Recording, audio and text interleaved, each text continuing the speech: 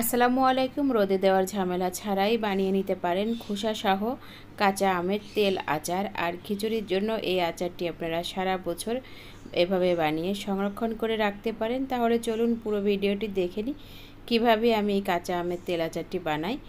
এখানে আচার বানানোর জন্য আমি 1 কেজি পরিমাণের কাঁচা আম নিয়েছি, এভাবে খোসা সহ কেটে নিয়েছি। এখন এতো স্বাদ মতো লবণ আর হাফ চা চামচ করে হলুদের গুঁড়া আর লাল মরিচের গুঁড়া আমি এখন মাখিয়ে নিচ্ছি। ভালো করে আমের সাথে মাখিয়ে আমি ফ্যানের বাতাসে প্রায় 2 ঘন্টার মতন এভাবে রেখে দিব। তাহলে এই যে আমের এক্সট্রা পানি অনেকটা শুকিয়ে যাবে। এখন আমি আচারটা বানানোর জন্য এখানে প্যানে 2 কাপের মতো সরিষার তেল দিয়ে দিয়েছি। তেলটা ভালো করে এখন গরম করে নেব। এখন এই তেলের ভিতরে আমি দিয়ে দিব হাফ চা চামচ করে এই যে পাঁচফোড়ন আস্ত, আর সেই সাথে দিয়ে দিচ্ছি আমি শুকনা মরিচ 4টির মতো। এখন আমি দিয়ে দিচ্ছি 1 টেবিল চামচের মতন রসুন বাটা, আর সেই সাথে দিয়ে দিব আদা বাটা। আর এখন আমি দিয়ে দিচ্ছি 1 টেবিল চামচের মতো সরিষা বাটা। সরিষা আমি হলুদ আর কালো সরিষাটা একসঙ্গে বেটে নিয়েছি। এখন তেলের সাথে কিছুক্ষণ একটু ভেজে নিচ্ছি। তারপর আমি এর ভিতরে দিয়ে দিচ্ছি এই তো আমগুলা।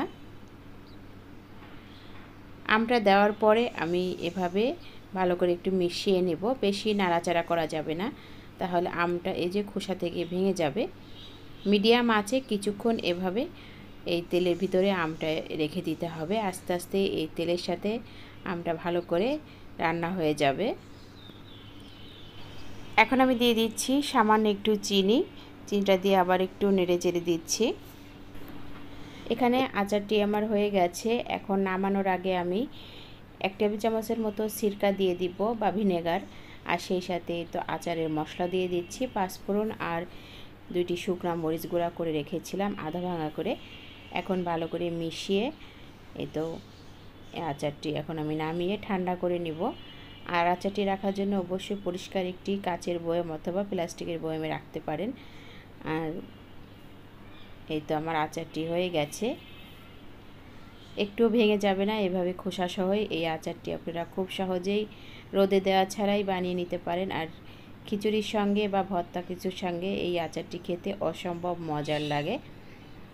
আজকের এই আচার রেসিপিটি আপনাদের কাছে কেমন লাগলো অবশ্যই কমেন্ট করে জানাবেন।